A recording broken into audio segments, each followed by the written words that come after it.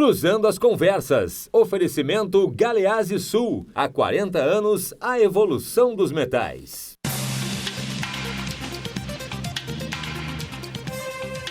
Boa noite, eu sou Guilherme Macalossi. Está começando aqui na RDC TV mais uma edição do Cruzando as Conversas, programa de debates noturno que vai sempre ao ar a partir das 22h30 na RDC TV, canal digital. Você pode nos acompanhar através da NET nos canais 24 e 524. E também das redes sociais. A RDC TV é uma emissora multiplataformas. Você pode assistir a nossa transmissão no live stream do Facebook e também pelo YouTube. Não deixe de mandar a sua mensagem, a sua contribuição é muito importante, a interatividade do programa é parte da nossa conversa. Então mande a sua opinião, a sua pergunta, mande a sua contribuição. E não esqueça de compartilhar, de curtir, de fazer esse programa repercutir. É isso aí. Lembrando a todos que você pode mandar a sua mensagem pelo Facebook e ela vai cair daí na sua tela, passando embaixo aqui enquanto o programa está passando. E você também pode mandar a sua mensagem pelo WhatsApp e daí nós vamos ler a mensagem dentro das possibilidades do programa através do nosso tablet.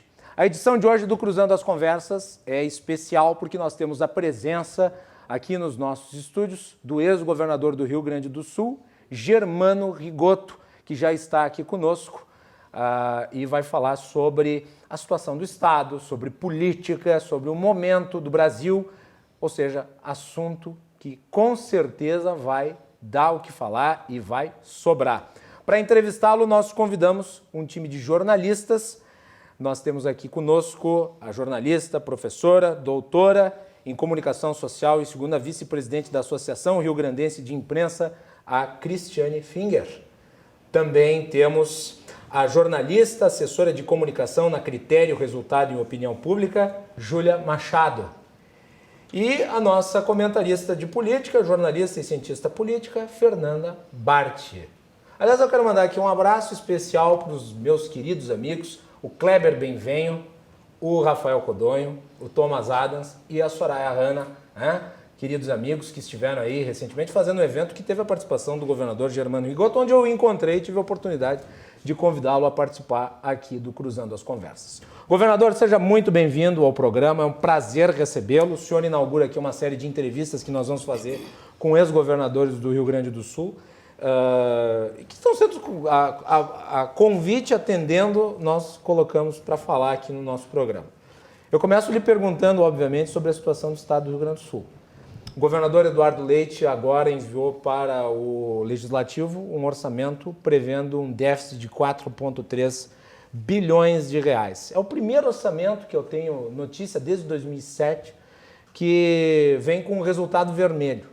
Como é que o senhor avalia este déficit de 4,3 bilhões e o que dá para fazer para inverter essa lógica vermelha em que o Estado se encontra? Boa noite. Boa noite. Primeiro, eu quero cumprimentar todos os telespectadores da nossa RDC TV e dizer da alegria de poder ser o primeiro ex-governador entrevistado no Cruzando as Conversas. Eu fico feliz, Guilherme, de poder estar contigo aqui, com toda a equipe da RDC TV, de ser entrevistado por ti e por essa bancada qualificada que nós temos aqui. A Cristiane, a Júlia e a Fernanda, que com certeza vão nos ajudar a buscar garimpar o que realmente a gente pode discutir aqui, debater aqui e até buscar o esclarecimento com relação ao quadro estadual e ao quadro nacional. Com certeza. Né? Com relação ao Estado, a pergunta que tu faz sobre a situação do Rio Grande do Sul, essa situação do Rio Grande do Sul hoje não é muito diferente de situação de outros estados da federação. Se nós pegarmos a situação do Rio de Janeiro, ela é muito pior que a situação do Rio Grande do Sul. Se nós pegarmos a situação, por exemplo, de Minas Gerais, se tu falasse num orçamento deficitário de 4 bilhões e 300 milhões para esse ano, Minas Gerais tem um orçamento com déficit para 2019 de mais de 12 bilhões de reais. Tá? Se nós pegarmos Goiás, está o governador Ronaldo Caiado dizendo que o Estado faliu. Tá? Então nós temos uma situação de deterioração fiscal dos estados que ela se agravou e está se agravando fortemente. Por isso que uma reforma da Previdência sem ter estados e municípios, é uma meia sola, é uma meia reforma, não resolve. Se o governo federal cometer esse erro de aceitar a retirada de estados e municípios, que fica mais fácil votar a reforma, tá?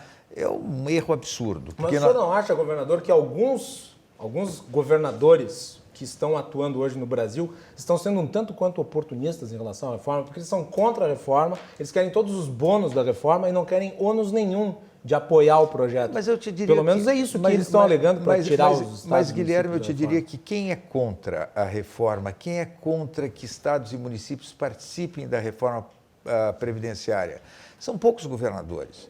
São governadores do Nordeste, mas é uma questão ideológica. Eles não estão dizendo que são contra porque isto prejudica os seus estados. Não, e nem são todos os governadores do Nordeste. São poucos governadores do Nordeste. Então, nós temos um grupo de poucos governadores do Nordeste, do Norte e Nordeste do Brasil, tá, que não estão apoiando a entrada de estados e municípios na reforma previdenciária. Mas eu acredito que o erro pode vir do governo federal, que nós, numa república presidencialista como a nossa, e ainda existe esse presidencialismo de coalizão, nós vamos falar depois da relação do governo com o Congresso Nacional, mas, de qualquer forma, se o governo tirar o pé do acelerador e aceitar a não entrada de estados e municípios, realmente fica muito difícil estados e municípios. Ficou de fora do relatório, né? Ficou de fora do relatório, mas ainda agora pode entrar no relatório e eu acho que, repito,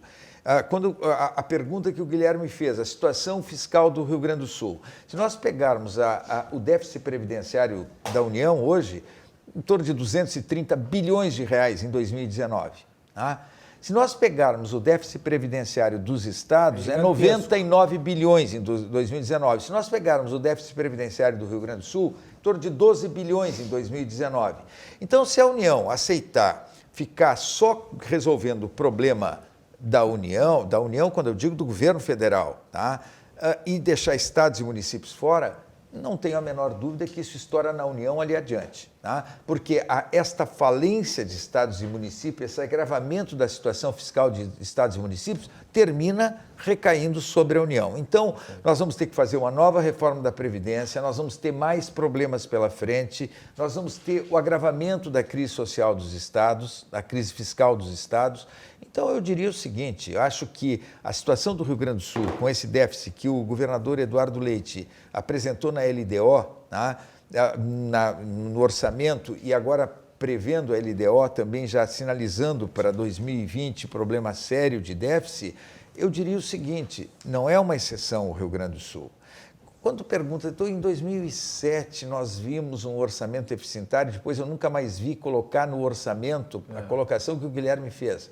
É bom que se diga, a lei de responsabilidade fiscal, ela determina que tem que ter equilíbrio orçamentário entre despesa e receita. Mas aí Só presta atenção, Guilherme, deixa eu te responder. Por que nos 4 anos do meu governo, a gente sabendo que a previsão era sempre ter um déficit, do Estado gastando mais do que arrecadava, porque não tinha como evitar e ainda eu tive que enfrentar em 2004 uma grande estiagem, em 2005 a maior da história, jogando a arrecadação do Estado em 3 anos do meu governo para baixo, 2004, 2005 e 2006. Sim. Terrivelmente jogando a arrecadação. Pois bem, então era impossível tu acreditar que tu conseguisse equilibrar. Mas porque a lei de responsabilidade determinava que tu teria que ter equilíbrio orçamentário, o que tu fazia? Porque poderia ter punição se isso não acontecesse. O que nós fazíamos? Nós tínhamos que prever a possibilidade de entrada de recursos da Lei Candir, tá? De prever a entrada de alguns recursos que... Mas, governador, isso é maquiagem, né? Isso não é verdade. Mas, Cristiane, presta atenção. Recursos fictícios. Poderia acontecer. O espírito da lei não é esse. O espírito da lei é que se mantenha o espírito da lei é que tu tenha um orçamento equilibrado. Se tu não tinha esta certeza do equilíbrio e tu tinha a busca de recursos que poderiam acontecer e não, tu colocava no orçamento esses recursos, né? Claro que lutaria por eles. Tu teria 1 ano para lutar pela devolução da Lei Candir, que até hoje se luta e não se consegue. Mas o que eu quero dizer é o seguinte, o Estado que não apresentasse uma proposta orçamentária equilibrada já poderia ter punição. Hoje É uma falha da lei, governador? Eu acho que é uma falha da lei. E hoje isso passou batido. Hoje, por exemplo, essa Mas talvez se interpretação... tivesse uma punição, talvez a gente não chegasse ao Não, momento que a gente mas está. a punição poderia significar um agravamento da situação fiscal do Estado. Poderia ter não repasse de recursos federais, tá? E agravar a situação fiscal do Estado. Que é uma ameaça constante, Constante. né? E acontece o seguinte, hoje aquilo que ocorria já não acontece mais. Hoje essa interpretação da lei de responsabilidade fiscal já não é tão dura, não é tão forte. E segundo, este agravamento da situação fiscal dos estados fez com que hoje já não tenha tanto problema em tu colocar um orçamento desequilibrado e apresentar um déficit orçamentário como este. Então, eu só quero dizer o seguinte, quando aparecia essa maquiagem que a Cristiane fala, que na verdade poderia ser considerada uma maquiagem, um orçamento fictício, isto era determinado por que a lei de responsabilidade fiscal determinava punição para quem apresentasse um orçamento desequilibrado. Ou seja, os administradores estaduais, os governadores, tinham que se forçar a mentir sobre a até situação mentir para evitar um agravamento da situação fiscal do Estado. Ou tentar lutar pelos aqueles recursos que dificilmente tu teria condições de conquistar. Guilherme, posso usar como gancho Com certeza. a tua Vai lá, primeira Fernandes. colocação? Eu sou obrigada a trazer uma coisa lá de 98, governador. Votação da reforma da Previdência, em 98. O senhor votou contra, porque tinha discordâncias em relação à idade que estava sendo proposta. Não votei contra, não. Eu era líder do governo Fernando Henrique. Na verdade, nós tivemos uma discussão dentro da Câmara Federal, onde eu votei praticamente toda a proposta de reforma da Previdência da época. Teve 1 ou 2 pontos que havia discordância, e não era na idade. Teve 1 ou 2 pontos que teve discordância que nós chegamos a fazer com que houvesse uma posição clara, dizendo que... Tanto que eu paguei um preço altíssimo ter votado a reforma da Previdência. Tá? Eu fui candidato a prefeito e, na época, o PT trabalhou absurdamente contra a minha Segundo a candidatura. Folha de São Paulo e um assessor seu que respondeu diretamente para o presidente Fernando Henrique Cardoso, o senhor votou contra a questão da idade. Minha pergunta é a seguinte: o senhor é favorável à nova idade que está sendo proposta hoje na reforma da Previdência? Mas isso faz primeiro. Não, tudo bem. Só para complementar, o senhor não acha que tanto o governo federal quanto os governos estaduais do Rio Grande do Sul deixaram de fazer o tema de casa na época correta e jogaram com a barriga para frente a reforma, esperando sempre que o governo posterior resolvesse a questão? Fernanda, por favor, primeiro eu quero te dizer, não votei contra a idade. Tem um equívoco nessa colocação. Eu era líder do governo Fernando Henrique. Eu defendi a reforma da Previdência, paguei um preço altíssimo por defender a reforma da Previdência e fui candidato a prefeito em Caxias, sendo utilizado isso contra mim durante todo o tempo, porque eu tinha votado a favor da reforma da Previdência. Teve pontos da reforma que teve discussão e até na estratégia de tentar aprovar a reforma, teve um voto contrário que foi muito complicado, que foi do Candir, que tinha sido ministro... Também, ele está citado na mesma matéria. Do ministro do Fernando Henrique, e o Candir parece que errou no votar, teve um erro na votação. Agora, eu quero te dizer o seguinte, governadores não fizeram lição de casa na reforma da Previdência? Primeiro, a reforma da Previdência, Fernando, ela tem que ser votada em nível federal. O Estado não tem como votar uma reforma da Previdência que não tenha o guarda-chuva federal. Quando eu digo que estados têm que entrar na reforma da Previdência, eu estou dizendo que se não entrar na reforma da Previdência a nível federal, o governador fica amarrado. Não, eu concordo com isso. Não é que os governadores... Mas ela podia ter sido votada lá atrás, por exemplo, no governo Brito, houve uma oportunidade, não foi feito. Não. Essa questão que só o Sartori enfrentou agora, de tratar da Previdência complementar, já podia ter sido feita antes? A gente sabe que sim. Só um pouquinho, Fernanda. Essa questão não resolve o problema fiscal do Estado. Se nós falarmos, por exemplo, na questão, se nós falarmos na questão, por exemplo, de não mexer na idade, o Estado não tem como mexer na idade, tá? E tem que mexer na idade, porque hoje a expectativa de vida é outra, quer dizer, a longevidade é muito maior, e se tu não tiver o guarda-chuva federal, tu não consegue mexer, aquilo que, vamos lá, uma previdência, tu cria um fundo previdenciário, e tu pensa o seguinte, olha, eu crio um fundo previdenciário, eu crio uma previdência diferenciada onde o Estado, que não recolhe absolutamente nada, e ele tem que pagar a aposentadoria depois, então tu cria esse fundo e o Estado vai ter que pagar a sua parte e o funcionário paga a sua parcela de contribuição.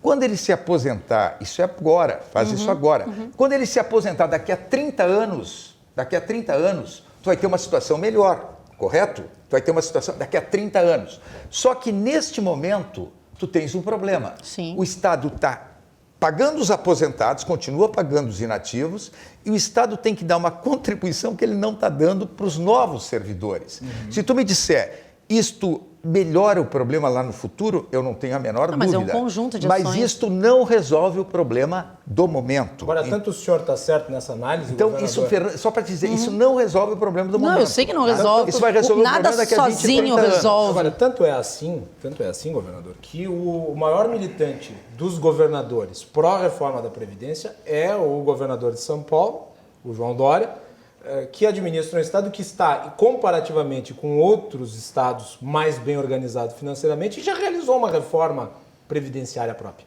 Mas ele reconhece a necessidade de um guarda-chuva federal. Claro, Vamos lá.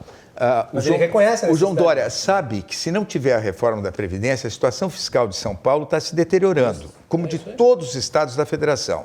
São Paulo tem uma realidade diferente dos outros estados, é a locomotiva do Brasil. Tá? Agora, se tu me perguntar qual reforma da Previdência que fez o estado de São Paulo, eu vou te dizer que não teve reforma da Previdência no estado de São Paulo. Se não tiver reforma nacional, não sabe de nada. O São Paulo mexeu em idade? Não mexeu em idade, porque não pode mexer em idade. São Paulo mexeu nas aposentadorias especiais que tem dentro do serviço público de São Paulo? Não mexeu, porque não pode mexer se não tiver o guarda-chuva federal. Então, quando eu digo, e iniciei a minha conversa dizendo que se fizer uma reforma sem estados e municípios é uma meia sola, é uma meia reforma e vai agravar a situação dos estados e municípios, eu não tenho dúvida disso. Então, São Paulo... Não, o que o João Dória está dizendo? Tem que trazer estados e municípios sob pena que nós não teremos a reforma que o país precisa. Muito bem, vamos girar. Governador, eu acompanhei de perto a sua administração, era na época jornalista, ele acompanhei em quase todos os lugares. E eu tenho certeza da sua boa vontade do seu trabalho. Mas eu imagino que nesses 4 anos tiveram coisas positivas e negativas. Tanto é que o senhor não conseguiu se reeleger. A que o senhor acha que se deve isso? Onde estava o erro? E, aliás, eu aproveito para dizer que eu acho que o senhor vem pagando um preço, eu não sei exatamente porquê, posso lhe ajudar ali a gente discutir sobre isso. Nas últimas eleições, eu gostaria de que o senhor fizesse uma análise, abrisse seu coração e dissesse, poxa, senador não deu, governador, a reeleição não deu, Rio Grande do Sul não reelege. Senador não deu, vice-presidente também não deu, com uma campanha com um investimento razoável e mesmo assim não deu. O que o senhor atribui tudo isso? O primeiro, eu ando, felizmente, Cristiano, eu ando pelo Estado e eu recebo carinho agora, por exemplo, vim de um restaurante agora antes de vir para o programa. É impressionante o carinho que eu recebo, porque é difícil dentro de uma realidade da política hoje, tu ter o respeito e o carinho que eu tenho. Eu terminei no meu governo com índices de aprovação incríveis, que eu quero ver qual governador terminou o governo com o índice de aprovação que eu tenho. É só vocês pesquisarem, qual era a aprovação do governo. O que levou à minha derrota? Primeiro, erros cometidos por mim. Tomei uma decisão de não ser candidato a governador, a reeleição, e anunciei isso, que era contra a reeleição e que não seria candidato à reeleição. Fui para uma pré-candidatura à presidência da República, aceitando uma convocação do MDB, do PMDB do Rio Grande do Sul, de Santa Catarina, do Paraná e de Pernambuco, para tentar fazer com que o partido tivesse um candidato à presidência. Enfrentei o Garotinho, numa disputa... E ganhou nos votos. Ganhou nos 3 por 1, votos. mas a cúpula do partido não queria candidatura própria. Criaram uma proporcionalidade ali. Sim, inventaram. Eduardo Cunha, que era... Ele não fez nem metade dos teus votos. Presta atenção, Eduardo Cunha, que era o grande articulador do Garotinho. Que dupla, hein? Era o grande articulador do Garotinho. Eu ganhei de 3 por 1, mas a fórmula que encontraram com um apoio da cúpula nacional que não queria candidatura própria. O Renan e o Sarney que não queriam candidatura própria. Eles sabiam que o Garotinho não chegaria nem na convenção, como não chegou. e que eu chegaria na convenção e sairia vitorioso da convenção. Pois bem, mas essa questão da candidatura à presidência, eu aceitei a convocação porque eu não achava que não devia ser candidato à reeleição. Tinha cumprido com a minha missão, não era contra a reeleição. Aí a pressão foi terrível para que eu assumisse a candidatura ao governo do Estado. E essa pressão me fez aceitar a candidatura mais tarde. Eu tinha dito a todos os partidos que estavam comigo no governo, ao PDT, ao PSDB, ao PP, ao PTB, a todos eu disse que não seria candidato à reeleição. Cada um buscou seu caminho. Desmobiliza a base, né? Quando eu retomei, eu assumi a candidatura, o PDT tinha candidato, o PSDB tinha candidato, o PP tinha candidato, o único que não tinha apresentado candidato era o PTB.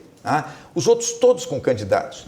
Então, tu observa, uma decisão minha de não ser candidato e depois assumir a candidatura tarde. Mesmo assim, todas as pesquisas me davam vitória, ou no primeiro ou no segundo turno. Todas, até o final. O que aconteceu durante a campanha eleitoral? Outro erro. Simplesmente nós não medimos no final da campanha eleitoral. Eu não me afastei do governo até o último dia, achando que não podia me afastar porque eu prejudicaria o Estado se me afastasse, podia dar problema, eu tinha que entregar para o presidente do Tribunal de Justiça, porque o vice-governador era candidato, o presidente da Assembleia era candidato, eu tinha que entregar para o presidente do Tribunal de Justiça, o governo do Estado. Eu digo, olha, não sei, isso não vai repercutir bem. E fiquei até o último dia. Se eu tivesse me afastado 15 dias para fazer corpo a corpo, eu teria ganho a eleição. Me faltaram 17 mil votos. Isso não é nada, né? 17 mil votos. E acontece o seguinte, e aquela transferência de votos nos últimos 10 dias para definir quem deveria estar comigo no segundo turno. Aquilo foi fatal. E nós não tivemos o contraveneno. Bom, aí todo mundo dizia, não, mas para um pouquinho, foi aquela comoção. Nunca vi uma eleição que tivesse no final do resultado as pessoas perplexas com o resultado, porque não acreditavam. As pessoas votaram na Ieda para tirar o Olívio do segundo turno. Eu ia falar, o senhor acha que o senhor é uma vítima do voto útil nessas eleições que eu lhe falei, não só essa, como as últimas? Mas ele ganhou não é bem voto útil, não é bem voto útil. É na questão de tentar, aqui no Rio Grande do Sul, o antipetismo é muito forte. Então, eu ganhava... Mas é eu ganhava no... Até anotei aqui, mas o senhor foi eleito pelo voto útil anti-PT. Não anti-PT. Só Também veio. Não, só anti-PT. Quando eu fui eleito... Serve para os dois lados. Quando eu fui eleito em 2002, tinha o britismo e o petismo. Sim, havia uma saturação, mas as pessoas queriam alguém para vencer a esquerda no segundo turno. Mas tu observa que quem representava o antipetismo era o Brito. Até certo ponto. Não, até certo ponto não.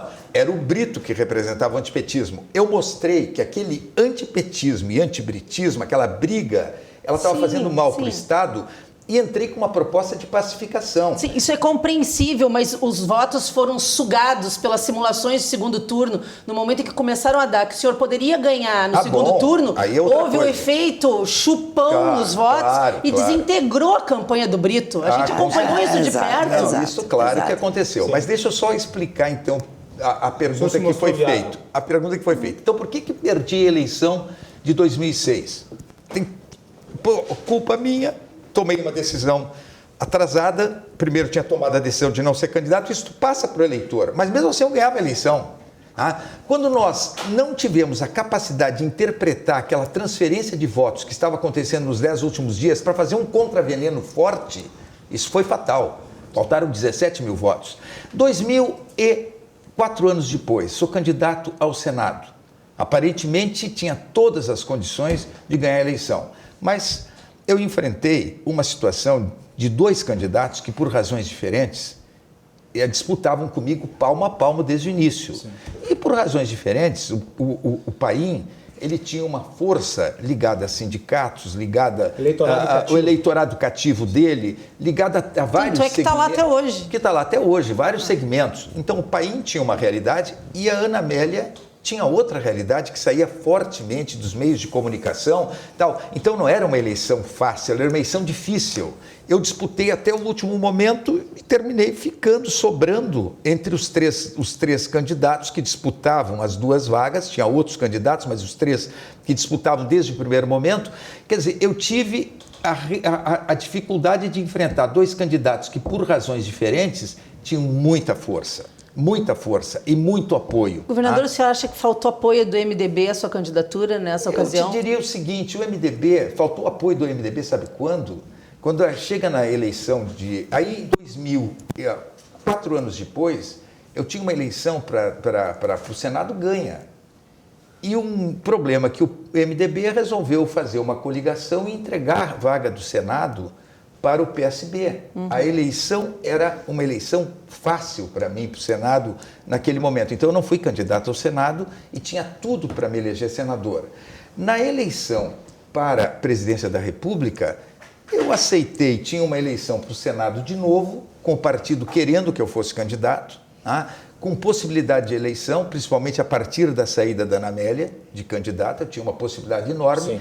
Mas eu fiz uma análise que não teria renovação no Congresso Nacional, errei na análise, e fiz uma análise que, sem uma reforma política e uma reforma do sistema partidário, ir para um Congresso Nacional, como nós temos hoje, numa Câmara 30 bancadas, e no Senado 17 bancadas, era algo para te puxar para baixo, para te nivelar por baixo. E tomei a decisão de não ser candidato. Aí veio a convocação para ser candidato Meirelles. E o que acontece? Aí falta o MDB. O Meirelles, claro que não era conhecido, claro que houve uma polarização entre duas candidaturas, a do Bolsonaro e a do Haddad, que puxou um Geraldo Alckmin, com toda a estrutura que o Geraldo Alckmin que tinha, para baixo. Durante a campanha. Para baixo. E eu, como candidato a vice do Meirelles, tentei ajudar. Mas o que aconteceu com o MDB? O MDB, que ao longo de tantos anos ficou pendurado em cargos, em espaços em governo, posições fisiológicas, clientelistas, comprometendo sua história, o MDB, no momento que por 90% dos convencionais indicou o nome do Meirelles, o que fez? Por oportunismo das suas lideranças, abandonou o Meirelles. Quando eu digo Meirelles, me abandonou que eu era candidato a vice, mas eu estou falando do candidato a presidente. Ele foi cristianizado. 90% dos convencionais colocaram Meirelles. Quando a eleição foi polarizando, no Nordeste e no Norte, se grudaram no Haddad. No Sudeste e no Sul, se grudaram no Bolsonaro. Inclusive aqui no Rio Grande do Sul, e não é no segundo turno, no primeiro turno. Você refere ao governador Sartori? Não, estou falando ao Sartori, estou falando de lideranças do MDB aqui do Rio Grande do Sul. Não foi no segundo turno que se grudaram no Bolsonaro. E isso não aconteceu no Rio Grande do Sul, isso aconteceu em Santa Catarina, isso aconteceu no Paraná, isso aconteceu em São Paulo, no Rio de Janeiro. Mas era uma eleição muito atípica essa, totalmente atípica, mas realmente se houve falha clara, gritante de falta de apoio, foi nesta eleição presidencial agora que simplesmente abandonaram o candidato do MDB. Vamos ver a Júlia, que ainda não fez pergunta nesse bloco. Júlia. Na verdade, governador, eu queria aproveitar para traçar um paralelo justamente do que o senhor falou da sua eleição lá em 2002, de quando o senhor, dentro da polarização, visualizando essa polarização, atuou numa, digamos, terceira via, trabalhando nesse tema da união, enfim, um viés de um novo caminho para o Rio Grande do Sul. Traçando um paralelo para as eleições nacionais que aconteceram no ano passado, por que mesmo diante dessa polarização, o que o senhor acredita que tenha acontecido para que a população não tenha entendido ninguém, nenhum candidato, como talvez uma terceira via? Na verdade, eu acredito, Júlia, que o que aconteceu na eleição presidencial é que, primeiro, o desencanto da população com a classe política, com o sistema partidário, com todas as razões do mundo, Lava Jato, a denúncia de corrupção de todo lado, um sistema partidário totalmente falido, quer dizer, o fato de as pessoas não acreditarem mais nos partidos políticos, as pessoas não acreditarem mais nos... Isto fez com que o Bolsonaro muito fortemente captasse esse desencanto da população e tivesse um discurso muito forte, mostrando que ele representava, sim, a possibilidade de enfrentar esta velha política com uma nova política. Tipo, antissistema.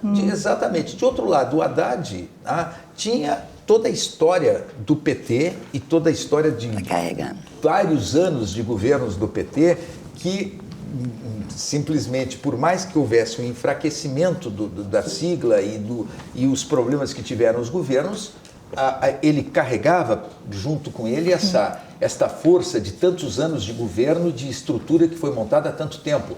Pois bem, então esta polarização aconteceu devido a isso. E partidos tradicionais, e eu tiro Ficaram muito menos o no centro. MDB, porque o MDB é um partido que ao longo do tempo ficou a reboque de outras siglas, tá? Se apequenou. O MDB, a sua cúpula nacional, ficou preocupado em cargos, com espaços, com favores de governo e não com um projeto nacional seu. Tá? Então isso aconteceu ao longo desses anos Meirelles, todos. o senhor tem uma avaliação da candidatura do Meirelles e do senhor para a presidência da República que me parece um tanto quanto negativa. Mas eu achei até que o Meirelles, pelo fato de ele ser um homem da área técnica, por não ser tão conhecido, ele não é a pessoa mais carismática do mundo. Ter conseguido mais de 1 milhão de votos na eleição, ficando na frente até do Álvaro Dias, que é um nome mais conhecido, que sempre está na tribuna, inclusive incorpora um estilo mais antipetista. O Meirelles foi presidente do Banco Central do governo Lula, conseguiu uma votação até expressiva. Mas eu não achei que foi mal assim. Mas não é mal que eu digo, Guilherme, é que o Meirelles, primeiro, eu não estou analisando a competência, a capacitação, as condições que o Meirelles tinha de ser presidente. Sim. Ele talvez ele fosse o mais preparado para ser presidente, tendo sido ministro da Fazenda, tendo sido presidente do Banco Central, tendo ocupado as mais diferentes funções, tendo sucesso na iniciativa privada e sucesso no setor público. No meu modo de ver, o Meirelles era o mais preparado para ser presidente da República de todos os candidatos. Agora, ele não era conhecido, ele era conhecido no mercado, Sim, ele era conhecido sim. de um grupo de... Ele não era conhecido, por exemplo, erros de campanha eleitoral. Agora, os marqueteiros, nessa última campanha, por causa das redes sociais e tal, resolveram mudar tudo de campanha eleitoral. Por exemplo, é claro que a legislação, ela tolhe muito hoje, a legislação eleitoral, aquilo que acontecia em campanhas anteriores. Sim. Hoje tu tens limitações que não se tinha alguns anos atrás. Mas, de qualquer forma, tu pode utilizar numa TV, num espaço de televisão e rádio, um jingle. Tu pode utilizar um clipe, e o Meirelles tinha o melhor de todos, não foi utilizado durante a campanha. Um dia eu perguntei para o marqueteiro, um dos chefes do marketing, por que não utilizava o jingle da campanha do Meirelles, que era muito bom, chame o Meirelles. Então, chama o bombeiro para apagar o fogo, chame no tal e chame o Meirelles para resolver os problemas. Mas aquilo era um chiclete, pegava fortemente e dava para fazer um belo clipe. Não, nem o clipe, nem o jingle foi utilizado, porque isto é da velha política. Isto a população não quer mais isso. E o fato não aceita mais isso. O fato de ele ser associado então, ao por favor, tu tens uma situação. Isto contou, claro que contou. Claro que apesar de é necessário dizer, o Meirelles só não ficou muito apagado, governador, o senhor não ficou muito apagado nessa eleição. O senhor era alternativa política, essa outra via Mas acontece o seguinte... Eu não lhe vi na campanha. Mas, Cristiano, o que acontece é o seguinte, é que, na verdade... O marketing achava que o Meirelles, que não era conhecido, ele tinha que aparecer, ele tinha que ser o candidato com a visibilidade, ele era o candidato a presidente, a visibilidade tinha que ser o pouco tempo de televisão e rádio que tinha, ele tinha que mostrar o Meirelles, ele tinha que ser o protagonista. Então, realmente, eu acho... Sim, mas o Sul, por exemplo, poderia fazer diferença. Eu concordo contigo que, de repente, algum problema que tinha na comunicação eu podia ajudar. Tu entende? Então, mas é uma decisão tomada que tu não vai brigar. Uma decisão tomada. Deixa eu até provocar, que eu acho que a maioria das pessoas... Ainda acho que foi bem no resultado geral. A maioria das pessoas que estão nos assistindo não sabem, podem não saber, que o senhor deu a linha geral da campanha que ele elegeu governador a primeira vez, né? Eu estava lá no segundo turno, a campanha Vipolu, vibrante, popular e luminosa, uma campanha Paixão pelo Rio Grande, e eu me lembro que assim, o que mais me chamou a atenção na campanha era a estratégia, que era completamente inovadora, para vocês saberem, tinha uma equipe de batedores que ia na frente, município a município, levantando as demandas. Quando o governador chegava lá como candidato, ele já sabia quais eram as necessidades, ele falava com as pessoas, tinha empatia. Então, assim, é todo um trabalho que a gente não via ser feito no Rio Grande do Sul em termos de campanha política. Os candidatos não fazem. E geralmente os candidatos não se envolvem. Era um trabalho de formiguinha que vinha lá dos 3% e que teve a oportunidade correta, acertando na linguagem, se tivesse feito uma campanha extremamente nacional, emocional. Deveriam ter ouvido. Poderiam ter ouvido. Eu diria, muito difícil quebrar essa polarização. Podia ajudar, mas não resolvia. O contexto era totalmente atípico. Eu quero te dizer, Guilherme, eu acho que ajudaria a melhorar muito esses números que tu colocaste aí, tá? Que tu achou que inclusive foram positivos dentro da realidade. Agora, não resolveria. Porque era uma campanha com cartas marcadas. Governador, passado, vamos pensar aí, qual é o seu futuro? O que o senhor imagina agora? Eu vim para cá pensando nisso, no caminho. Qual é a sua intenção? Estou ficando fora tanto tempo, tá?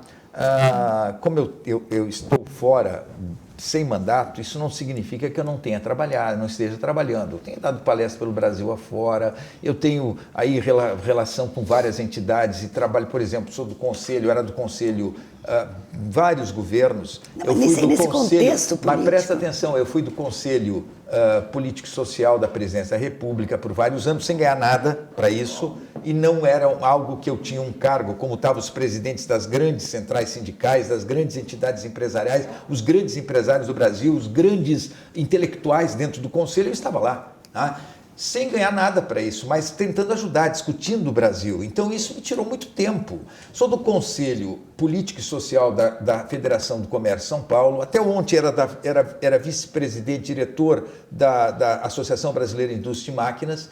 Então eu tenho feito um trabalho e dando palestras por todo lado, tentando formar opinião a favor de reformas que precisam ser aprovadas. Não a tributária só, que eu me envolvi... A federativa, o pacto federativo, novo a pacto reforma federativo. tributária, a reforma previdenciária. Agora, eu quero te dizer o seguinte, quando tu fica fora de mandato, por mais que tu trabalhe, a tua visibilidade é muito menor. Diminui, né? As pessoas, elas se distanciam um pouco de ti, elas lembram, por exemplo, eu deixei o governo do estado em 2006. Se nós olharmos que uma criança que estava nascendo em 2006, ela tem 17 anos hoje. Tá? Qual a relação dela comigo? 17 anos, ele já está caminhando para ter uma participação mais efetiva numa eleição. Então, tu observa, esse teu afastamento, Cristiano, ele te deixa um pouquinho longe da tal... Isso não significa que, mesmo sem mandato, eu não faça política. E não precisa ser a política partidária, que eu estou tão desencantado com a política partidária, eu estou tão afastado da política partidária, com desencanto com o quadro partidário, e até com essa tristeza com o que aconteceu na eleição passada de parte do partido. O meu desencanto vem desde o fato de a gente lutar para ter um projeto nacional, ter um candidato... O que mantém no partido com tantas decepções acumuladas? Eu te diria o seguinte... Eu estava com ela aqui, ó. Às vezes a gente dá um pé, inclusive, na esposa, no marido, por decepções menores. Eu te diria o seguinte, primeiro, eu tenho algo que é uma coisa impressionante, o carinho, o respeito, o apoio que pode te dizer é só no Rio Grande do Sul? Não, é fora do Rio Grande do Sul, na base partidária. Então, quando eu penso na possibilidade de mudar de partido, eu digo, mas que partido dentro desse sistema partidário que está aí? Se houver uma reformulação do quadro partidário, que o meu modo de ver tem que acontecer... O Luiz Felipe está propondo candidatura avulsa. Nós temos 35 partidos legalizados e 70 partidos em fase de legalização. Mas já está quase isso, tá? né? 35 legalizados e 70 em fase de legalização. Isso é uma bagunça. Tá? Então, eu te diria o seguinte... Mais do que deixar o partido, é saber que caminho seguir dentro desse sistema partidário. As pessoas estão cada vez mais votando em pessoas e menos em partidos. Mas o senhor está dizendo que o senhor não vai concorrer, isso? O senhor não pretende mais concorrer? Eu quero te dizer o seguinte, acho que cada vez fica mais difícil. Tá? Mas eu não digo não vou, me afastei totalmente. Mas aceitaria um desafio de um cargo... onde pudesse colaborar com essas reformas no Brasil? Bom, eu poderia ter concorrido ao Senado, né? Tinha todas as condições, tinha todo o caminho aberto para ser candidato ao Senado. Mas foi uma decisão pessoal de não concorrer nessa eleição. Se nós avaliarmos o desempenho dos ex-governadores do Rio Grande do Sul, pelo menos dos mais recentes, todos eles não tiveram assim muito sucesso após passar pelo governo. Por exemplo, a Ieda Cruz, depois de não ter sido reeleita, ela concorreu a deputada, não foi eleita em 2 ocasiões. É uma maldição? Outra maldição. Não se reelege e não se elege. O Tarso Genro saiu da política. O Olívio Dutra também não se elegeu para mais nada. O Brito trocou de profissão. O Brito foi para os Estados Unidos. Não é... Eu diria o seguinte, eu acho que o Rio Grande do Sul... A Ieda teve dificuldade em se eleger na primeira vez. Eu repito, eu posso... É cruel com os seus Eu cometi meus erros. Eu acho que eu poderia, se eu fosse governador hoje, eu seria um governador diferente do que fui nos 4 anos. Quer dizer, o aprendizado, aquilo que tu analisa, que poderia ter sido feito e não foi.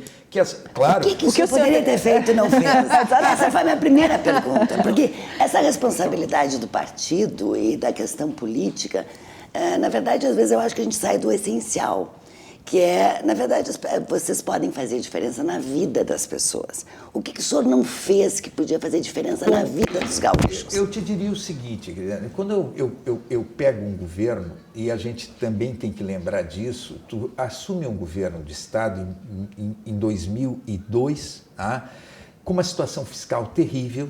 A situação fiscal do Rio Grande do Sul era muito complicada. O senhor herdou o Olívio.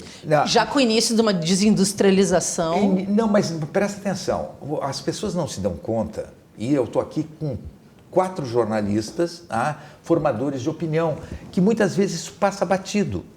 Em 1997, eu sou um pouco responsável por isso, porque eu era deputado federal, líder do governo Fernando Henrique na Câmara Federal, e passou por mim a Lei Candir e passou a federalização da dívida dos estados. Sim. Se tu me perguntar, eu votaria de novo a federalização da dívida? Votaria.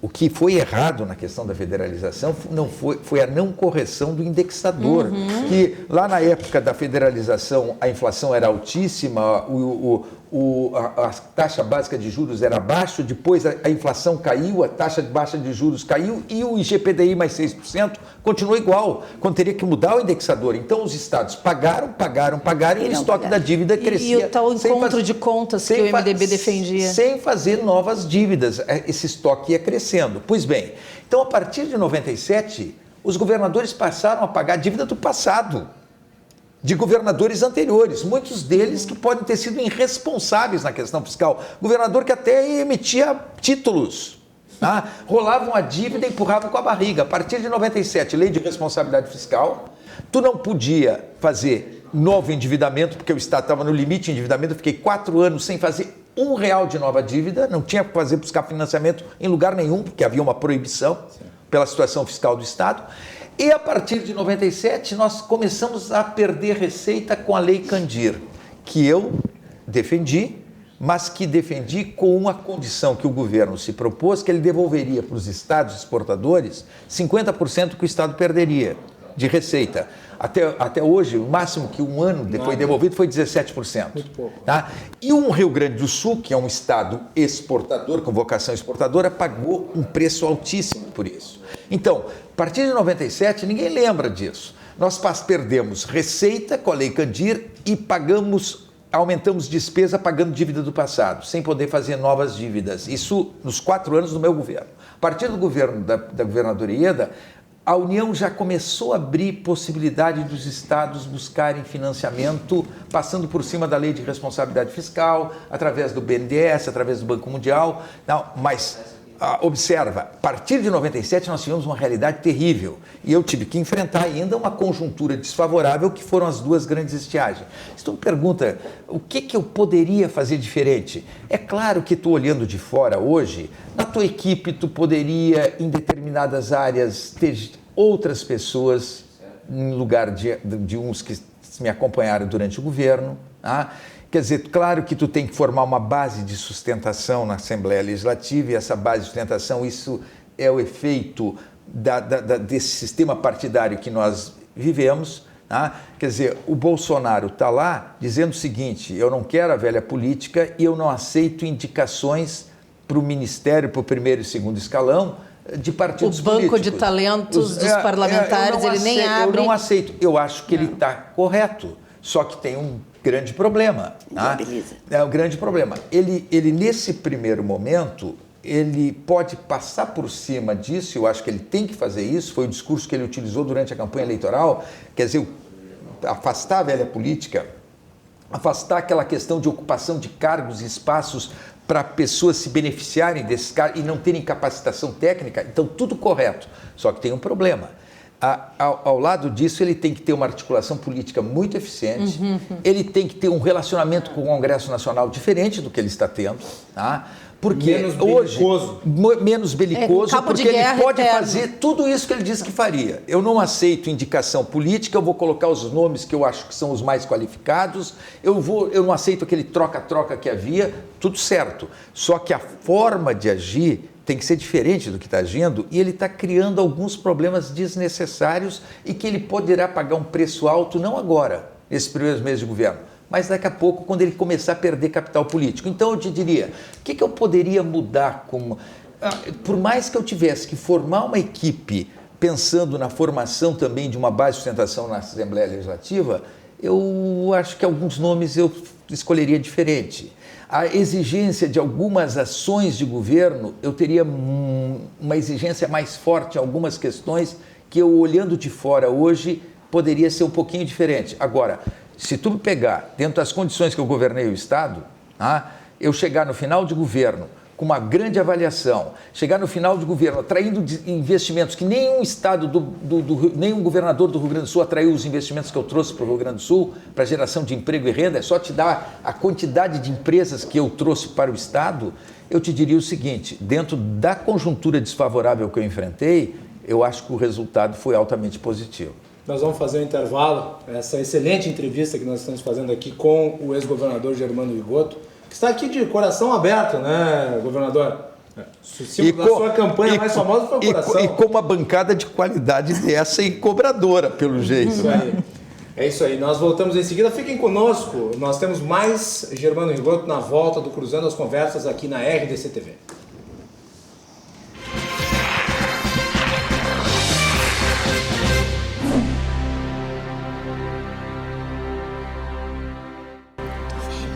Estamos de volta aqui na RDC TV com o Cruzando as Conversas, oferecimento de Galeazzi Sul, há 40 anos da evolução dos metais.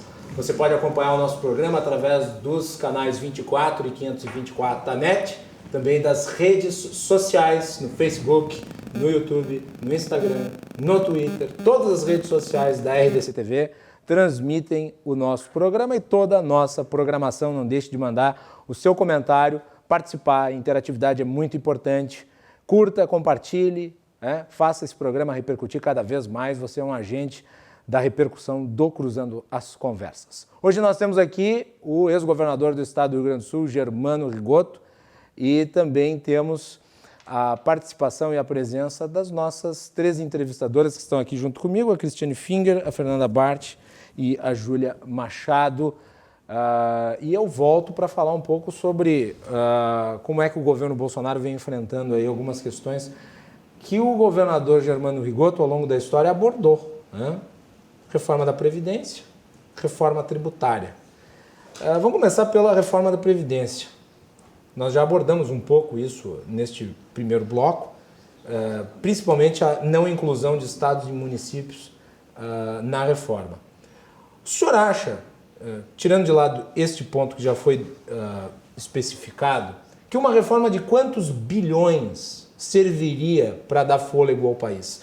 Fala-se aí que o limite seria de 700 a 800 em economia ao longo de uma década. O ministro da Economia, Paulo Guedes, luta e milita por uma reforma de 1,1 trilhão e defende a capitalização. O que é viável disso aí e qual é o limite que o senhor acha factível de ser atingido? Guilherme, é difícil falar em limite. Eu acho que quando o Paulo Guedes fala que em 10 anos poderia ter uma economia, o projeto que foi enviado ao Congresso Nacional de em torno de 1 trilhão e 200 bilhões, até 1 trilhão e 200 bilhões, e se fala que tirar o BPC, mudar a questão rural, já chega a 900 bilhões a economia, com as modificações que o governo já esperava que acontecesse no Congresso Nacional.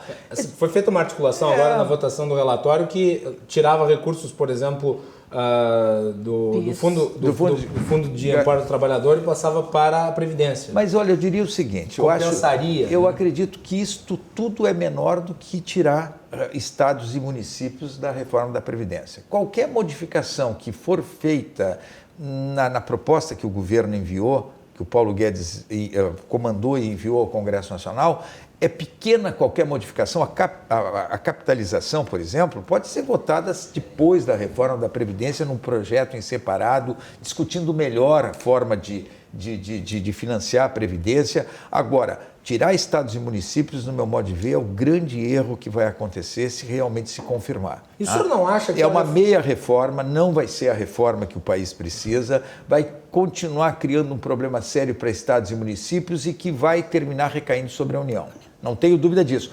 Uma outra preocupação que eu tenho quando se fala em reformas... Tá? Os militares não foram poupados na reforma? Eles representam metade do déficit, vão gerar 10% da economia. Tem um projeto tramitando à parte, em separado, mas é em separado. Quer dizer, tu não está dentro da discussão da grande reforma. Então, vamos lá, esse projeto pode ser deixado de lado depois.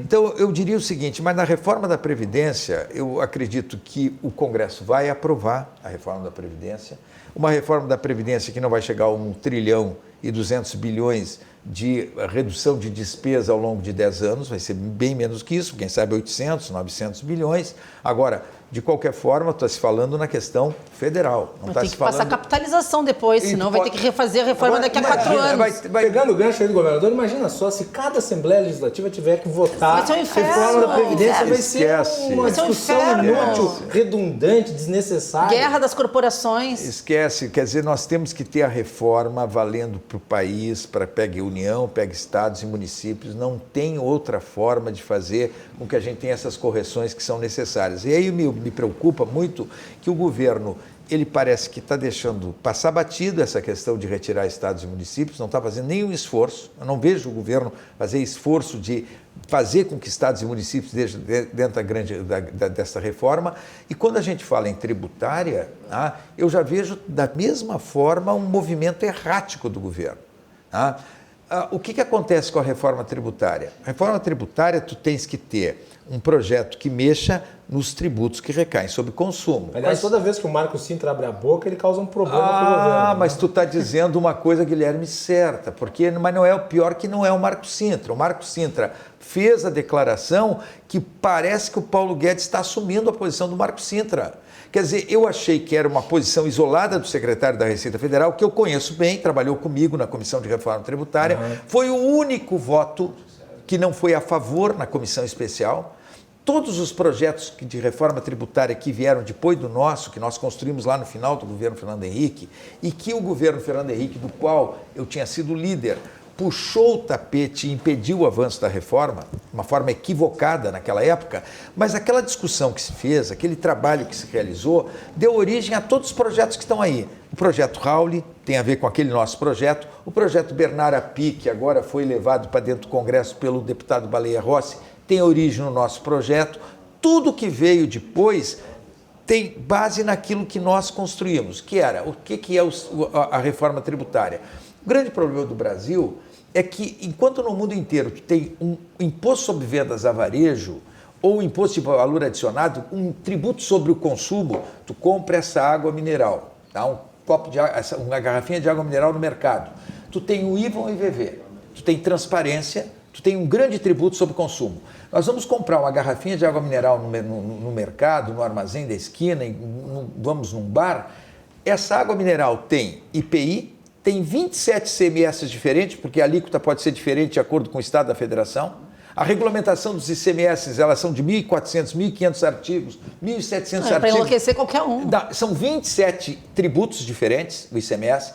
Tem IPI, tem PIS, tem COFINS, tem CID, tem SSQN, tudo recaindo sobre a base de consumo. No mundo inteiro tem o IVA ou o IVV. No Brasil tem essa quantidade de tributos. O que é a reforma tributária? Ela tem que fundir esses tributos que recaem sobre o consumo. Ela tem que racionalizar o sistema tributário. Isso não é feito sem uma longa transição, isso tem que ser com transição, tu não vai fazer isso de uma hora para outra. Tá? Quer dizer, o segredo para te vencer as resistências de quem ganha muito com o atual sistema e que não quer mudar, tá? As corporações, o conservadorismo, o segredo é fazer com uma boa transição. Pois bem, o que ocorre? O governo federal, que está tendo todo aquilo que foi mastigado na Previdência e que facilita a aprovação da Previdência agora, que vem lá de trás, tá? Facilita que o governo avance na reforma da Previdência. Da mesma forma, todo o debate que vem de muitos anos da reforma tributária facilita que essa proposta de reforma tributária agora avance no Congresso Nacional. O que está dizendo o governo? Através do Marco Sintra, que sempre foi defensor do imposto à movimentação financeira, dos tributos não declaratórios, o Marco Sintra diz o seguinte: não, tributo declaratório não vale. Nós vamos, num primeiro momento, só mexer nos tributos federais. Na verdade, ele volta a trazer uma espécie de imposto à movimentação financeira, tá, para substituir os tributos federais. Esquece o ICMS. Essa proposta já foi feita e já não deu certo, né? Esquece, essa ideia já foi feita. Ele esquece o ICMS, ele esquece o ISSQN, ele simplesmente diz que vai se mexer só nos tributos federais. Também, da mesma forma de que retirar estados e municípios da Previdência, essa reforma da Previdência é uma meia, essa reforma tributária seria uma meia sola. E a minha tristeza é que o Duas meias solas, então? Duas. A minha tristeza é que... Mas pode mudar, né? Pode, depende claro. de pressão. Mas, governador, a reforma tributária não tem como andar separado de uma revisão do Pacto Federativo. Não pode andar separado. Eu te diria o seguinte, Fernanda, a reforma tributária... Porque a descentralização ela é absolutamente necessária. Mas ela facilita que tu discuta depois o Pacto Federativo. Por exemplo, quando tu fala em Pacto Federativo, tu está falando em distribuição dos recursos e das atribuições, das competências. Quando tu fala em reforma tributária, tu está falando em como se arrecada os tributos, quem arrecada, como arrecada, tá? Com quem fica esta arrecadação. Mas com quem fica é muito importante. Sim, mas quando a gente fala em Pacto Federativo, tu tem que falar em quem é que tem atribuição e quem que vai financiar essa atribuição. Hoje no Brasil, o que acontece? A União, o Estado e o município fazem as mesmas coisas e fazem mal. A União arrecada 60%, recolhe 60% de todos os tributos arrecadados, fica 64% com a União. A União repassa parte disso para estados e municípios, o dinheiro público passeia da União para o Estado e município e parte dele se perde no clientelismo, no fisiologismo e na corrupção. Então, o que seria a revisão do Pacto Federativo? Reforma tributária é tu discutir essa situação. Tu tem uma quantidade absurda de tributos, tu tem que racionalizar, simplificar, fazer um sistema tributário mais eficiente, mais justo. A revisão do Pacto Federativo é definir mais claramente o que vai fazer a União e o que vai financiar isso. O que vai fazer o Estado e o que vai financiar isso. O que vai fazer o município e qual vai ser o financiamento. Então, hoje tem o bater cabeça dos três fazendo a mesma coisa e fazendo mal. O dinheiro público tem lava-jato e tem que continuar lava-jato, mas se tu não mexer nessa situação do passeio do dinheiro público, tu vai continuar com desvios de recursos, com corrupção, com fisiologismo e clientelismo. O senhor é municipalista? Claro que eu sou municipalista. Eu acho que muito importante é tu fortalecer o município, porque o controle dos recursos públicos é muito maior do que se o dinheiro é arrecadado na União e depois passa parte disso para estados e municípios. Eu acho que o fortalecimento dos municípios e dos estados, ele com o tempo vai ter que acontecer. Governador, está muito fácil. Vamos dificultar um pouquinho o negócio aqui. Vamos. O senhor falou agora em corrupção. E o senhor falou Lava Jato sempre, né? Eu gostaria de lhe ouvir sobre a Lava Jato, lembrando que em um determinado momento, numa delação premiada, na Odebrecht, surgiu o seu nome, não por corrupção, estou aqui dizendo, já antecipando, mas por uma questão de Caixa 2. E eu queria que o senhor fizesse uma avaliação disso, e não só disso, é que eu acho que este governo, ele tem outras implicações que não são só econômicas, que é a questão da sustentabilidade, do meio ambiente, as questões sociais, as questões de gênero, as questões... Como é que o senhor vê? O senhor vem de um partido que brigou por várias coisas, né? Que tentou fazer um mundo diferente. E às vezes eu tenho a sensação de que nós estamos com duas pautas bem diferentes e elas estão não só atrapalhando o governo, mas atrapalhando também a decisão das pessoas. Qual é a sua avaliação dessas duas questões? As outras pautas deste governo, que não me parece sejam as suas pautas, pelo que eu lhe conheço, e também essa questão da Lava Jato. Tem que ter a Lava Jato, mas em que condições tem que ter a Lava Jato? Eu diria o seguinte, primeiro, aquela delação que me colocou 50 mil reais numa eleição para governador que teria sido... Mas é exatamente por isso que eu estou lhe dizendo. 50 mil reais numa eleição para governador que não teria sido registrada. Eu fui procurar... Tudo que entrou foi registrado. Ou entrou via partido, porque tu sabe que agora isso está proibido. Tu pode fazer uma doação, tu não quer aparecer como doador, tá? Por um candidato, porque vai ter cobrança do outro candidato que não recebeu o recurso e foi dado para um. Então, o que ele faz? Ele passa para o partido e o partido passa para a candidatura. Quer dizer, esta triangulação que era possível acontecer foi a única razão que pode ter levado uma doação que não tivesse sido registrada como doação direta para o candidato, foi via partido. Então, por R$50 mil, você vai me dizer, numa eleição majoritária, é um absurdo. E os outros R$50 mil teriam sido declarados. Então, tu vê, são dois R$50 mil, um declarado e o outro que teria sido por Caixa 2. Caixa 2 não existiu, deve ter sido por triangulação, por entrega para o partido e o partido entregou para... Caixa 2 do partido no máximo. Mas nem é Caixa 2 do partido, porque se está registrado no partido o recebimento, isso está claro lá, o recebimento da doação. Tá? E o partido passa para a candidatura do seu candidato majoritário. Então isso aí foi uma coisa tão pequena, tão triste, o fato de colocar teu nome junto com gente corrupta. E o momento também, né? O momento também, eu acho que foi oportunista. Foi tão triste tu colocar gente que não tinha nada a ver com a corrupção, tá? Com pessoas totalmente corruptas, envolvidas nos mais diferentes problemas. Então até tu explicar que tu não tinha nada a ver, até o Ministério Público considerar que tu não tinha nenhuma responsabilidade com irregularidade, mas surge o teu nome é colocado. Vulgarização das listas. Aí o que eu quero te dizer é o seguinte, tinha lista fake rolando para tudo que é lado Caixa 2, também. eu acho que a Lava Jato ela teve uma importância incrível, porque definitivamente ela chega na elite política e na elite empresarial do país para moralizar, para evitar, para mudar o quadro, fazer com que aquilo que estava acontecendo, que era um absurdo, tivesse um processo de modificação. E eu acho que isto não termina. Está recém começando. Começou e vai continuar. Com Sérgio Moro, sem Sérgio Moro, isso vai ter continuidade. Nós temos que lembrar que hoje nós temos algo que nós não tínhamos. Quando eu falo aqui com 4 jornalistas, nós temos uma imprensa investigativa. E você, Cristiano, como professora, sabe qual é o papel da imprensa hoje, dentro de uma democracia, e como a imprensa ela tem uma capacidade de investigar muito mais do que investigava. Ao lado disso, tem o Ministério Público que tem a força que não tinha. Eu ajudei muito a fortalecer o Ministério Público como constituinte estadual e depois como deputado federal na regulamentação da Constituição de 88, buscando fortalecimento. Tanto que a associação, estou dizendo isso aqui hoje, o Voltaire Moraes era presidente da entidade nacional do Ministério Público, ele usava o meu gabinete em Brasília como o gabinete que era para discutir todo o processo de fortalecimento do Ministério Público, o resultado da Constituição de 88 e toda a regulamentação que houve depois. Então o Ministério Público hoje tem uma força que não tinha. O Poder Judiciário está tendo que dar respostas que não dava. E a Polícia Federal está instrumentalizada como nunca esteve. Então, e tu tem um eleitorado mais consciente, buscando informações. Mais consciente, as redes sociais. Jogando as redes sociais com a parte correta, a parte bem utilizada, que leva a esse controle maior. Busca de informações, pesquisa. Então, tu tens um quadro hoje que, no meu modo de ver, esse processo de depuração, esse processo de investigação, esse processo de trazer à tona aquilo que estava embaixo do tapete por muitos anos, a transparência que não existia dentro do setor público e que hoje essa transparência é necessária, é ela que vai fazer com que a gente tenha as mudanças que o país precisa. Agora, eu concordo contigo.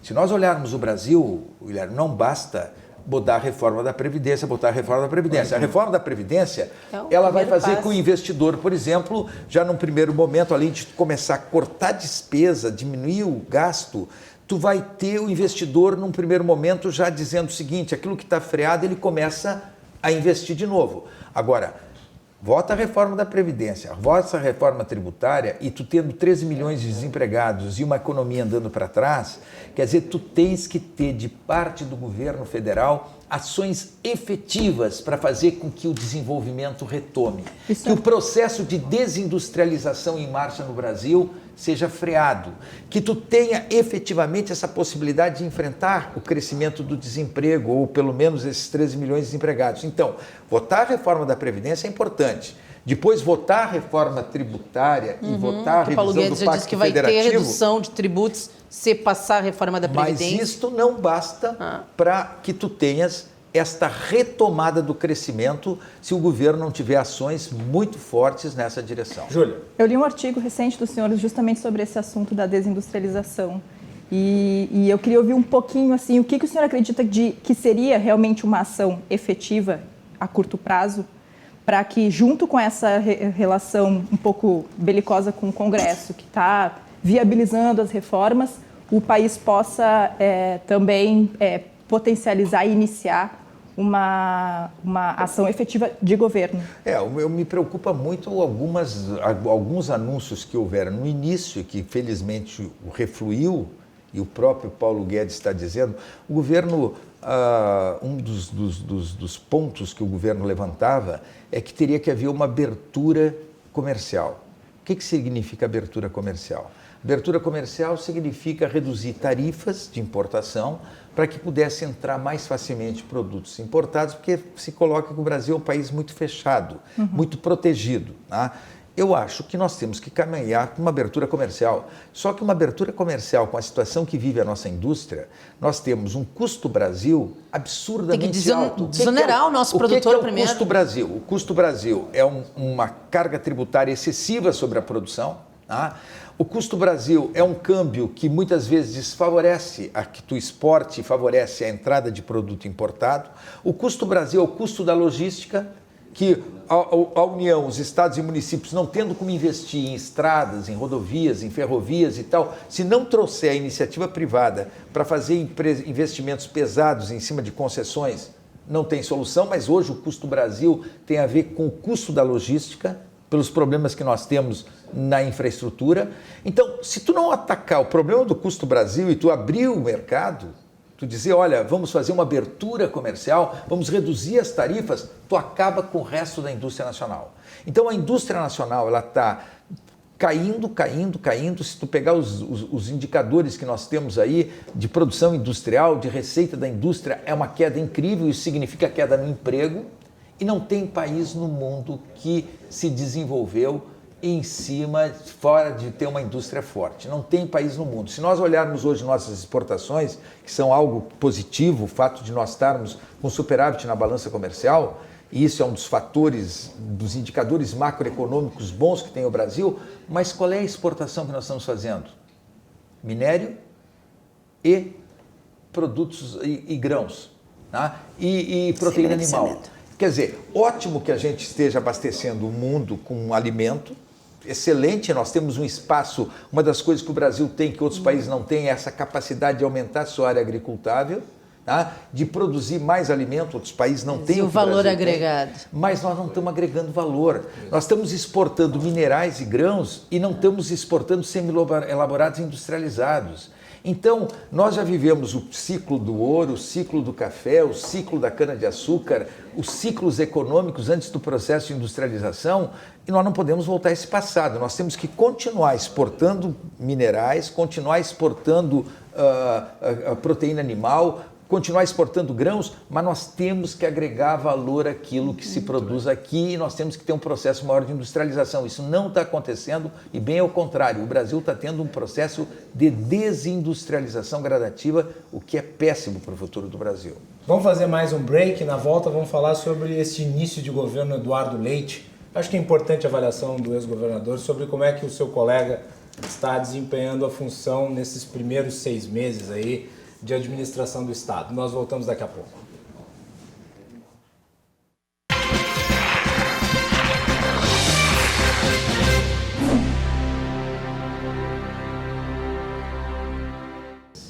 Governador, estamos de volta. Nós continuamos a entrevista aqui no intervalo, meus caros telespectadores. Nós estamos de volta aqui com o Cruzando as Conversas, hoje recebendo a presença aqui, que ficamos muito honrados, do ex-governador Germano Rigoto, falando aí sobre o país, sobre a economia, sobre o Rio Grande do Sul, sobre política. E nós voltamos agora. Eu gostaria de ouvir um pouco do ex-governador sobre como é que ele avalia esse início de mandato do Eduardo Leite. O governador mandou um projeto para a Assembleia de privatização das 3 empresas que ele pretendia privatizar, conseguiu uma vitória bastante consistente e agora busca aí a renegociação da dívida com a União. É um começo promissor na sua avaliação? Ou ele tem pecado em alguma coisa? Não, eu acredito que, na verdade, o que favorece o governador Eduardo Leite, primeiro, muito bem, é a sua capacidade de diálogo. Ele tem uma capacidade grande de diálogo, foram uma boa base de sustentação na Assembleia Legislativa, está dialogando com todos os setores, então esse é um ponto altamente positivo. E, principalmente, eu acho que um governo de Estado, um governador, ele tem que mostrar para a população que o Estado, porque nós sempre nos colocamos muito para baixo, nós somos muito críticos, nós somos muito cobradores, isso é uma característica de um Estado mais politizado do que outros estados, que é o Rio Grande do Sul. Esse processo de politização, se tu atravessa a fronteira do Rio Grande do Sul e tu vai em Santa Catarina, o governador de Santa Catarina, e quando eu digo governador, todos os que ocupam cargo em Santa Catarina, são muito menos cobrados do que o governador aqui no Rio Grande do Sul, em Santa Catarina, aqui do nosso lado. Por quê? Porque por isso que também tem essa dificuldade de reeleição, né, que é característica do Rio Grande do Sul. Mas eu diria o seguinte, então, o que acontece com o governo do Estado, no meu modo de ver, com um chefe de executivo? Ele tem que mostrar que o Estado tem saída, tem alternativa, não tem que colocar o Estado para baixo, ele tem que mostrar perspectiva de futuro, ações que levem a uma situação melhor ali na frente. Então é isso que eu vejo no governador, que ele está, primeiro, tendo essa capacidade de diálogo e de articulação, que é positiva, e formando uma bela base de sustentação na Assembleia Legislativa, e tendo esta postura muito de futuro, muito olhando para frente, muito não colocando o Estado para baixo, muito não ficando se queixando do problema fiscal e priorizando o choro com relação ao problema fiscal e mostrando ações que podem ser desenvolvidas. E a vantagem que tem o governador Eduardo Leite, ele pega da mesma forma que acontece com o Bolsonaro na Previdência e na tributária, ele já pega uma base montada, uma discussão feita.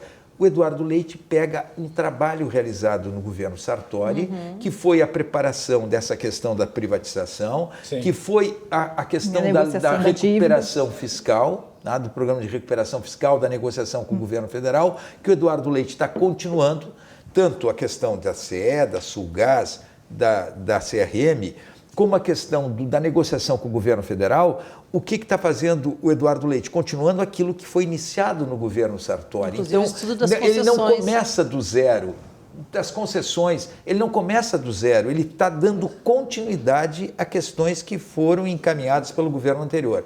Então, eu te diria o seguinte, 6 primeiros meses, não foram 6 primeiros meses de turbulência, tá? Como eu vejo no governo federal, o governo tirando o foco das questões maiores e se preocupando com questões menores, se preocupando com disque-disque em rede social, se preocupando com problemas dentro da estrutura de governo. Quer dizer, o governo já troca praticamente 4 ministros em 6 meses de governo. E por futrica, né? Não é e nem por coisas corrupção. menores, não é por corrupção e não é porque o ministro demonstrou incompetência, é por por alinhamento também. Então, eu acho que no governo federal, infelizmente, o presidente, porque tu tem que torcer que dê certo para o país, tu tem que acreditar. Eu não votei no primeiro turno porque eu era candidato. Tá? Quer dizer, então eu diria o seguinte, eu olho para o Bolsonaro, eu tenho que torcer que dê certo o governo Bolsonaro. Agora, o que eu vejo? Eu vejo o Bolsonaro tirando o foco do principal. Eu vejo o Bolsonaro, às vezes, não assumindo a posição de presidente da República. Tá? Então, por exemplo, as brigas com o Congresso Nacional. Ele pode dizer ao Congresso, acabou a velha política, eu não aceito mais troca-troca, eu não aceito mais aquilo que caracterizou governos anteriores, mas ele tem uma relação com o Congresso que não seja essa. Por exemplo, dou um exemplo. Tá? Essa questão me ajuda agora, que foi a querela de agora, o problema de agora, das agências reguladoras. Pelo amor de Deus, o Bolsonaro votou o projeto na Câmara Federal. O projeto não tem nada a ver com ele. Um projeto vem dentro de um processo de fazer com que as agências reguladoras não tenham aquelas indicações políticas absurdas. Está corretíssimo isso. O projeto ele tem busca a capacitação, a colocação de pessoas capacitadas dentro das agências. Pois bem, ele olha, alguém diz para ele que o projeto tirava poder dele, ele sai jogando contra o Congresso, dizendo que ele não podia ser rainha da Inglaterra. Então, isso com relação ao desarmamento, a modificação na lei do desarmamento. Agora, ele retirou hoje. As universidades, a questão da Amazônia, a questão são questões que tiram o foco do principal e mais... São questões importantes. E tiram o capital político que ele adquiriu na eleição. E o Mas tu Eduardo acha Leite que ele está faz ao perdendo o contrário. capital político? Eu acho que o Bolsonaro ainda Só não está perdendo. vamos cuidar para não voltar para Brasília. Exatamente. Governador. Mas eu estou fazendo uma comparação. Então, se tu tens... Ele faz o contrário aqui, o governador do estado. O governador, primeiro, ele não tá se preocupando com coisas menores. Segundo, ele formou uma equipe. Tu pode dizer que na equipe dele poderia ser diferente aqui ou ali. Ele fez uma equipe que ele teve que levar em consideração essa base de sustentação que ele formou na Assembleia Legislativa. Então pode ter gente ali que não eram as melhores para os cargos que estão ocupando, mas até aqui não teve problema. Ele manteve várias das pessoas que estavam trabalhando no governo Sartori. Até aqui não teve problema, certo? Então, questão de formação de base ele acertou. Questão do discurso ele está indo bem. Questão do dialogar com todos os setores, está correto no que ele está fazendo. Então, diferentemente do que acontece em nível federal, aqui tu não tem essa turbulência e essas crises que são criadas sem necessidade. Essas cascas de banana que são atiradas para o próprio governo escorregar nelas. Mas além das questões, governador, que já vinham sendo encaminhadas pelo governo anterior, o que o senhor enxerga, consegue projetar, por exemplo, para os próximos 6 meses do governo Eduardo Leite? Vou pedir que seja objetiva a resposta, governador, porque a Cristiane tem uma pergunta para ele fazer e nós temos 2 minutos, então tu pode responder bem rapidinho. Essa questão eu acho que essa questão do Eduardo Leite, ele vai ter vantagens. Ontem o Paulo Guedes passou batido. O Paulo Guedes ontem anunciou uma redução do custo de energia. E sabe o que ele diz? Que são 4 ou 5 estados que têm empresas de gás, distribuidoras de gás, que se esses estados, que já está definido que o Rio Grande do Sul vai fazer isso, a privatização da Sulgás, os estados que fizerem a privatização vão ter 5 a 6 bilhões por ano do governo federal. Já está decidido que vai ser feito. Então, observa a sorte. Quer dizer, tu vai ter um socorro federal por ano de algo que já está decidido pelo Estado, que é a privatização da Sulgás. Então, são questões que eu acredito que o governo vai ter que aproveitar para exatamente melhorar a sua situação fiscal. Cristiane. Governador, essa coisa de fiscal de obra pronta é difícil, né? O senhor faz parte de um partido, PMDB, o senhor falou agora sobre pensar no futuro, sobre pensar... Elogiou o governo Sartori. E eu, no meu lugar de fala, como vice-presidente da Associação Rio Grandense de Imprensa, vou lhe dizer que o governo Sartori cometeu um erro gravíssimo. Ele acabou com a Fundação Piratini, com a TVE. O senhor faria a mesma coisa? O senhor aconselharia isso? O senhor espera? O governador Leite disse que há possibilidade de retorno. Como é que o senhor avalia isso? É um patrimônio público. Eu te diria o seguinte, claro, Cristiane, que é difícil eu, como ex-governador, ficar julgando o que fez um governador que me sucedeu. Eu posso fazer um comentário sobre acertos que estão sendo feitos, por exemplo, pelo governo atual, por governos anteriores. Mas é difícil para mim entender qual a decisão que levou o governo a tomar essa decisão. Eu, por exemplo, quando eu era governador, a TV Educativa, ela não foi politizada, partidarizada. Eu procurava dar liberdade à TV Educativa para fazer todas as parcerias que entendesse que deveria fazer, e tu me viu poucas vezes como governador do estado na TV Educativa. Quer dizer, eu tive uma posição de achava que aquilo era e não estatal. Era um instrumento importante, não para divulgação do que o governo fazia, para divulgação do estado e para a questão cultural, para a questão de repente, melhorar até o processo de politização e o grau cultural da população. Agora, se tu me perguntar o que levou o governo Sartori a tomar decisão com relação à fundação, eu não fui consultado e eu não tenho como discutir e analisar as razões. É um gentleman. Não tenho. Eu posso falar do meu governo, não vou ter condições de falar nas ações que ele desenvolveu. Provavelmente, se eu, durante os 4 anos do meu governo, não fortalecia a TVE, eu continuaria fazendo se eu estivesse no governo. Olha, é claro que tanto a Fernanda, quanto a Júlia, a Cristiane e eu teríamos inúmeras outras perguntas a fazer ao governador Germano Rigoto, mas nós chegamos ao limite do nosso tempo. Eu gostaria de agradecer as 3 entrevistadoras que me honraram com a presença e a participação aqui, engrandeceram essa entrevista, e também ao ex-governador pelo tempo, pela possibilidade de vir aqui e dedicar esse tempo todo ao programa. Guilherme, obrigado, eu quero mandar um abraço para o seu Ayrton. Opa. Sabe quem é o seu Ayrton, né? Sim. O seu Ayrton recebeu uma mensagem do pai do Guilherme, tá?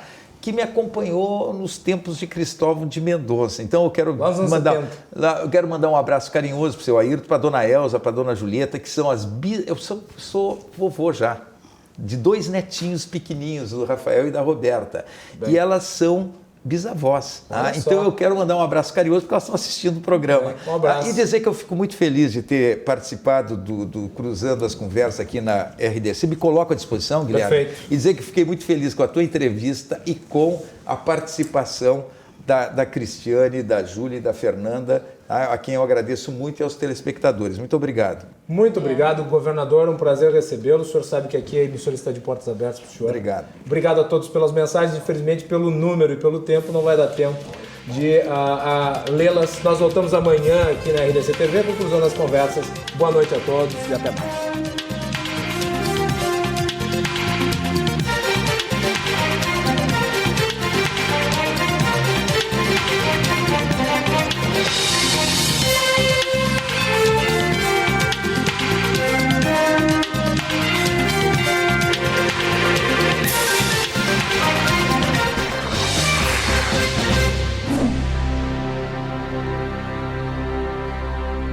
Cruzando as Conversas. Oferecimento Galeazzi Sul. Há 40 anos, a evolução dos metais.